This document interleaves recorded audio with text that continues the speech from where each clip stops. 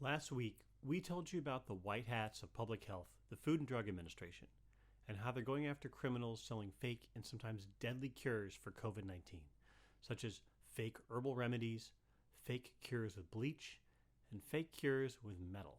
Online criminals have been preying upon the vulnerable for as long as there's been a commercial internet.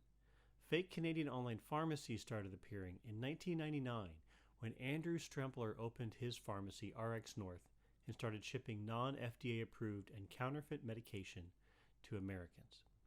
Even today, according to the National Association of Boards of Pharmacy, nearly 95% of pharmacies you'd find online are unsafe for Americans to buy from. This week, we want to tell you why law enforcement is fighting these COVID-19 scam criminals with one hand tied behind their back, and how we can help fix that. When law enforcement finds a website conducting criminal activity, let's say at supercheapopharmacy.com, the first thing they do is they look to see who bought the internet address, the domain name supercheapopharmacy.com. It's just like if a house in your neighborhood was conducting criminal activity. The first thing you'd want to know is who owned it, and you'd look it up in the public land title records.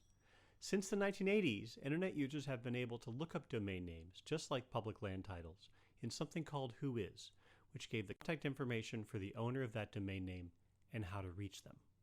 But since 2018, there are new European privacy rules that accidentally shut down access to Whois for activists, researchers, the public, and law enforcement across the entire world.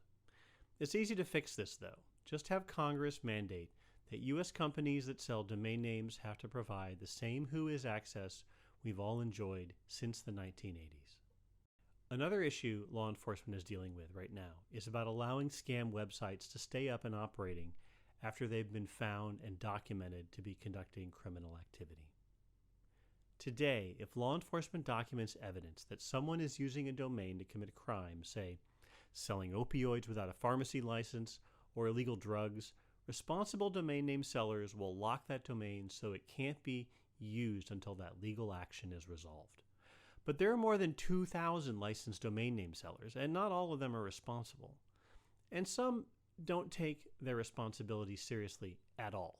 One fake Canadian pharmacy even stayed online for 5 years after its sister company's executives were indicted for trafficking in fake cancer medication to American patients.